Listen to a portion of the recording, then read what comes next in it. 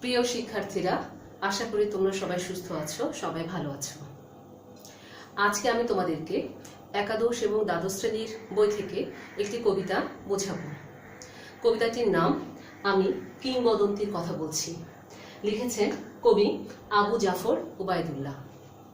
কবিতাটি শুরুর আগেই তোমাদেরকে কবি সম্পর্কে কিছুটা বলি, ধারণা দিই।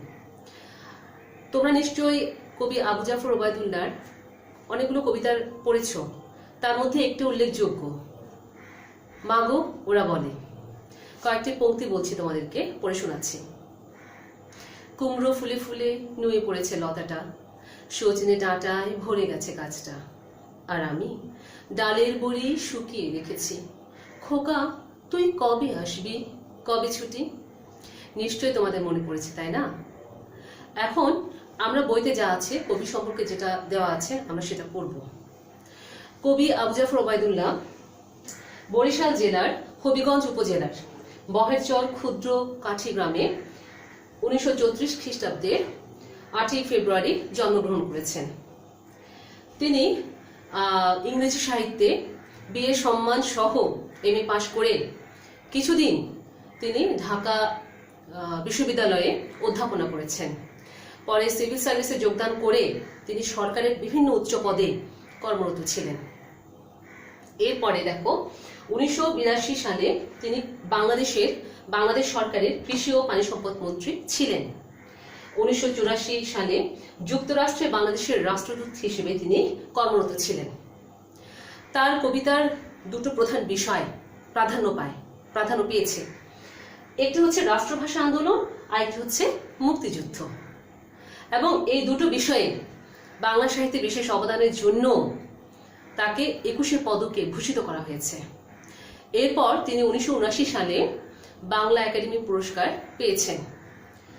আচ্ছা, তাহলে এবার দেখো, তার কিন্তু কিছু কাব্যগ্রন্থ রয়েছে যেগুলো তোমাদের পড়তেই হবে। সাত নদীর হাড়, কখনো রং কখনো সুর, কমলের চোখ, আমি কিংবদন্তির কথা বলছি, বৃষ্টি ও সাহসী পুরুষের জন্য প্রার্থনা, আমার সময়। এছাড়াও কিন্তু তার ইংরেজি সাহিত্যে অর্থাৎ ইংরেজি ভাষায় তার অনেকগুলো গ্রন্থ প্রকাশিত হয়েছে। 2001 সালের 19শে মার্চ তিনি মৃত্যুবরণ করেছেন। এখন আমরা মূল আলোচনায় ফিরে যাই। তোমরা একটু মনোযোগ সহকারে শুনবে। আমি প্রতিটির পংক্তির অর্থ আমি বুঝিয়ে দেব তোমাদেরকে। আমি আমার পূর্বপুরুষের কথা বলছি, তার করতলে পলিমাটির সৌরভ ছিল, তার পিঠে রক্ত জবার মতো ক্ষত ছিল।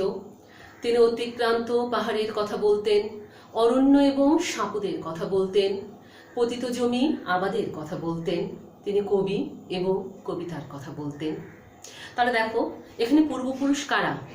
যারা আমাদের স্বাধীনতা আন্দোলনের পক্ষে ছিলেন এবং এদেশের স্বাধীনতা আনার জন্য যারা সংগ্রাম করে গেছেন, তারাই কিন্তু কিংবদন্তি।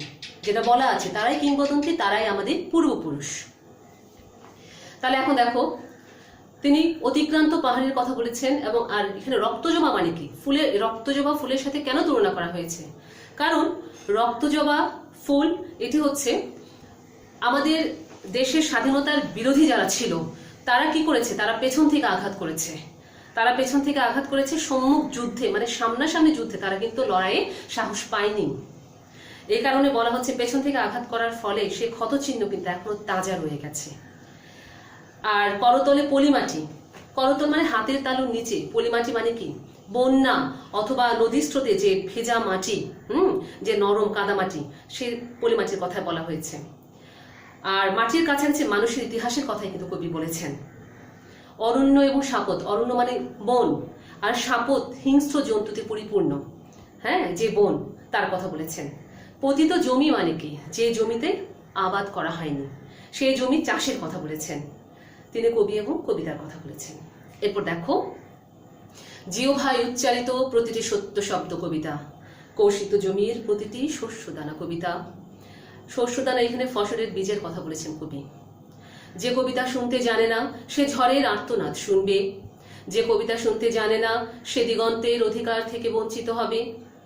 যে কবিতা শুনতে জানে না, সে আজন্ম কৃতদাস থেকে যাবে। আমি উচ্চারিত সত্যের মতো স্বপ্নের কথা বলছি। তোমাদের এখানে প্রশ্ন আসতে পারে, সে কিসের আর্তনাদ শুনবে? যে কবিতা শুনতে জানে না সে ঝড়ের আর্তনাদ শুনবে। আরো প্রশ্ন আসবে, সে কিসের অধিকার থেকে বঞ্চিত হবে? তাহলে তোমরা নিশ্চয় পারবে। এবং তিনি উচ্চারিত সত্যের মতো কিসের কথা বলেছেন? স্বপ্নের কথা বলেছেন। এভাবেই তোমরা প্রতিটা লাইন খুব মনোযোগ সহকারে পড়বে, না হলে কিন্তু তোমাদের প্রশ্নের উত্তর দেওয়া খুব কঠিন হয়ে পড়বে, বিশেষ করে বহু নির্বাচনে। আচ্ছা, তারপর দেখো, উনুনের আগুনে আলোকিত একটি উজ্জ্বল জানালার কথা বলছি। আমি আমার মায়ের কথা বলছি। তিনি বলতেন, প্রবহমান নদী যে সাঁতার জানে না তাকেও ভাসিয়ে রাখে। তাহলে এখানে উনুনের আগুনে সবকিছু কিন্তু পবিত্র হয়ে ওঠে, শুচি হয়ে ওঠে। তিনি একটি এই উনুনের আগুনে আলোকিত একটি উজ্জ্বল জানালা, যে জানালা থেকে আলো আসছে, আমরা আলোকিত হচ্ছি, সেই জানালার কথা তিনি বলেছেন। তিনি মায়ের কথা বলেছেন। মা কি বলতেন? প্রবহমান নদী, যে নদী বয়ে চলেছে, যে সাঁতার জানে না তাকেও ভাসিয়ে রাখে। যে কবিতা শুনতে জানে না সে নদীতে ভাসতে পারে না। যে কবিতা শুনতে জানে না সে মাছের সঙ্গে খেলা করতে পারে না। যে কবিতা শুনতে জানে না সে মায়ের কোলে শুয়ে গল্প শুনতে পারে না। আমি কিংবদন্তির কথা বলছি। আমি আমার পূর্বপুরুষের কথা বলছি। আমি বিচলিত স্নেহের কথা বলছি। গর্ভবতী বোনের মৃত্যুর কথা বলছি। আমি আমার ভালোবাসার কথা বলছি। তাহলে এই কতগুলো পংক্তি থেকে আমরা কি বুঝলাম? আমরা বুঝলাম এটাই যে আমার পূর্বপুরুষের কথা আমি বারবার বলছি কিন্তু, এবং তিনি যে কবিতা শুনতে জানে না সে কি করতে পারে না, প্রত্যেকটা মানে কি কি করতে পারে না সেগুলো তোমাদেরকে মনে রাখতে হবে। হ্যাঁ, সে নদীতে ভাসতে পারে না, মাছের সঙ্গে খেলা করতে পারে না, মায়ের কোলে শুয়ে গল্প শুনতে পারে না। আচ্ছা, তারপর তিনি কিন্তু বিচলিত স্নেহের কথা বলেছেন। বিচলিত স্নেহ বলতে অতিরিক্ত স্নেহের কথা বলা হচ্ছে, যা আমরা মায়ের কাছ থেকে হয়তো পেয়ে থাকি, যে স্নেহ।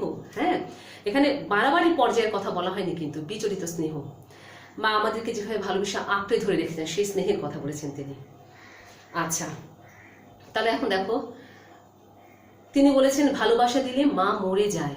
এই কথাটি কিন্তু তোমরা একটু দাগ দিয়ে রাখবে।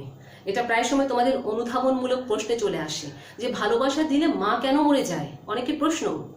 কারণ আমরা দেখেছি আমাদের মুক্তিযোদ্ধারা যারা যুদ্ধে অংশগ্রহণ করেছিল, হ্যাঁ, তারা কিন্তু পরিবার থেকে অনেক দূরে চলে গিয়েছে, পরিবার থেকে বিচ্ছিন্ন হয়ে চলে গেছে, এবং আমাদের মায়েরা কিন্তু তাদেরকে কি করেছেন?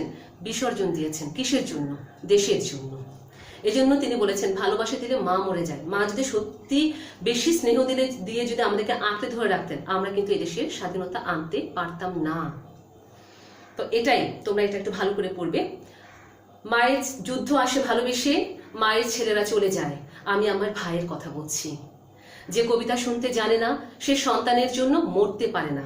এই যে একটু আগে বললাম, সন্তানের জন্যই কিন্তু তিনি সন্তানকে বিসর্জন দিয়েছেন। কেন? দেশের জন্য। যে কবিতা শুনতে জানে না সে ভালোবেসে যুদ্ধে যেতে পারে না। যে কবিতা শুনতে জানে না সে সূর্যকে হৃৎপিণ্ডে ধরে রাখতে পারে না। তাহলে এখানে কিন্তু তোমাদের মুক্তির পূর্ব শর্ত কি? মুক্তির পূর্ব শর্ত হলো যুদ্ধ। তাই সে কিন্তু যুদ্ধে পরিবার থেকে অনেক দূরে চলে যেতে হয় তাকে, তাকে দেশের স্বাধীনতা আনার জন্য। আচ্ছা, আর এখানে সূর্য কি? সূর্য হচ্ছে শক্তি। শক্তিকে আমাদের হৃৎপিণ্ডে ধরে রাখতে হবে। আমি কিংবদন্তির কথা বলছি। আমি আমার পূর্বপুরুষের কথা বলছি। তার পিঠে রক্ত জবার মতো ক্ষত ছিল, কারণ তিনি কৃতদাস ছিলেন। আচ্ছা, তাহলে এখন এটা তো আমি আগেও বলেছি যে অত্যাচারের আঘাত এখনো তাজা রয়েছে, সেটা বোঝাতে কিন্তু রক্ত জবার কথা উল্লেখিত হয়েছে। যে কর্ষণ করে শস্যের সম্ভার তাকে সমৃদ্ধ করবে। যে মৎস্য লালন করে প্রবহমান নদী তাকে পুরস্কৃত করবে। যে গাভীর পরিচর্যা করে জননীর আশীর্বাদ তাকে দীর্ঘায়ু করবে। তাহলে বুঝতেই পারছো এখানে প্রতিটা কবিতায় কিন্তু এক একটা জ্ঞানমূলক প্রশ্ন উত্তর রয়েছে। হ্যাঁ, কর্ষণ অর্থাৎ যে চাষ করে অবশ্যই সে কিন্তু শস্যের সম্ভার পাবে, আর যে মৎস্য লালন করে বয়ে চলা নদী তাকে পুরস্কৃত করবে। আচ্ছা, এরপর দেখো, যে লৌহ খণ্ডকে প্রজ্বলিত করে ইস্পাতের তরবারি তাকে সশস্ত্র করবে। এখানে একটু গ্রামারের বিষয় আছে। এটা কিন্তু ইস্পাত উচ্চারণ করতে হবে, সেটা উচ্চারণের দিক থেকে তোমাদের বাংলা দ্বিতীয়পত্রে যেটা উচ্চারণ আছে সেটা কিন্তু ইস্পাত নয়, সেটা হচ্ছে ইস্পাত, অর্থাৎ তালবস্য উচ্চারণ হবে, তালব্যস্য। এটা আমি পরে বুঝাবো তোমাদেরকে একদিন। এরপর দেখো, দীর্ঘ দেহ পুত্রগণ আমি তোমাদের বলছি। আমি আমার মায়ের কথা বলছি, বোনের মৃত্যুর কথা বলছি, ভাইয়ের যুদ্ধের কথা বলছি। আমি আমার ভালোবাসার কথা বলছি। আমি কবি এবং কবিতার কথা বলছি। সশস্ত্র সুন্দরের অনিবার্য অভ্যুত্থান কবিতা, সুপুরুষ ভালোবাসার সুকণ্ঠ সঙ্গীত কবিতা, জিহ্বায় উচ্চারিত প্রতিটি মুক্ত শব্দ কবিতা, রক্ত জবার মতো প্রতিরোধের উচ্চারণ কবিতা। আমরা কি তার মতো কবিতার কথা বলতে পারবো? আমরা কি তার মতো স্বাধীনতার কথা বলতে পারবো? তাহলে এখন দেখো, এখানে কিন্তু আমাদের যুদ্ধে আমাদের হারিয়ে যাওয়া মা, আমাদের বোন, আমাদের ভাই, সবার কথা কিন্তু উঠে এসেছে এই কবিতায়। তাহলে বুঝতেই পারছো, কবি যে সমস্ত কবিতাগুলা রচনা করেছেন, যে সমস্ত গ্রন্থ, বেশিরভাগই কিন্তু তার রাষ্ট্রভাষা আন্দোলন এবং মুক্তিযুদ্ধ বিষয়ক। তার এখন দেখো, এটা সংক্ষেপিত কবিতা, এখানে তোমাদের যেটা সংযোজন করা হয়েছে। আর এখানে যে শব্দার্থ এবং টিকা আছে তোমাদের পড়তে হবে, কারণ শব্দার্থ এবং টিকা থেকে কিন্তু আর তোমাদের পাঠ পরিচিতি থেকে বেশিরভাগই কিন্তু তোমাদের প্রশ্নগুলো চলে আসে। বিশেষ করে তোমাদের জ্ঞানমূলক প্রশ্ন এবং বহু নির্বাচনী প্রশ্ন এগুলো থেকে থাকে, তোমরা দেখে নিও। হ্যাঁ, এখন তোমাদের উচিত হবে কবি পরিচিতি সম্পর্কে একটু জানা, এবং শব্দার্থ টিকা কিছুতেই তোমাদেরকে মানে এটা কিছুতেই তোমরা এটাকে ইয়ে করতে পারবে না, তোমাদেরকে পড়তেই হবে শব্দার্থ এবং টিকা, পাঠ পরিচিতি। এখন এই কবিতাটা তো আমি বোঝালাম, কবিতা থেকে সবার শেষ আমরা কি পেলাম? আমরা বেশ কয়েকটি জিনিস পেলাম। দেখো, তোমরা ইচ্ছা করলে নোট করে রাখতে পারো। দেখো আমরা কি পেলাম, আমি যেগুলো বেশি গুরুত্বপূর্ণ আমি সেগুলো লিখে রেখেছি। 1, ঐতিহ্য সচেতন এবং শিকড় সন্ধানী মানুষের সর্বাঙ্গীন মুক্তির দৃপ্ত ঘোষণা এখানে আছে। 2, কিছু বিষয় এবং আঙ্গিকগত অভিনবত্ব আছে কিন্তু এখানে। মানে অর্থাৎ এটার অর্থ কি?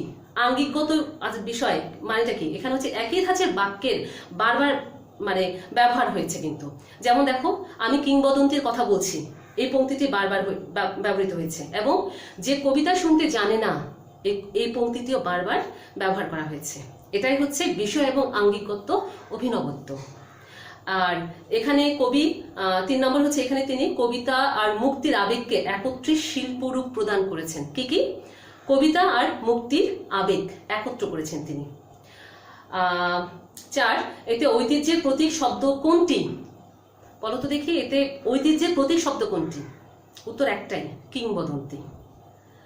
আর 5, কবিতা এবং সত্যের অভেদ কল্পনা করেছেন তিনি। এখানে কবিতার সত্যের অভেদ কল্পনা করেছেন তিনি। আর এই অমোঘ সত্য কবি জেনেছেন আমাদের স্বাধীনতা যুদ্ধের ইতিহাস থেকে। তো আজকে এই পর্যন্তই, তোমরা ভালো করে পড়বে। আশা করি তোমরা এই বন্ধের মধ্যে, এই লকডাউনের সময়টাতে তোমরা একটু মনোযোগ সহকারে পড়বে। আমি এটা অবশ্যই আশা করি। তোমরা একটু যদি মনোযোগ দিয়ে পড়ো, লাইন বাই লাইন, মানে পংক্তিগুলো, তাহলে খুবই ভালো হয়। তোমরা বহু নির্বাচনীতে বেশ নাম্বার পাবে। ঠিক আছে, সবাইকে ধন্যবাদ। সবাই ভালো থেকো, সুস্থ থেকো।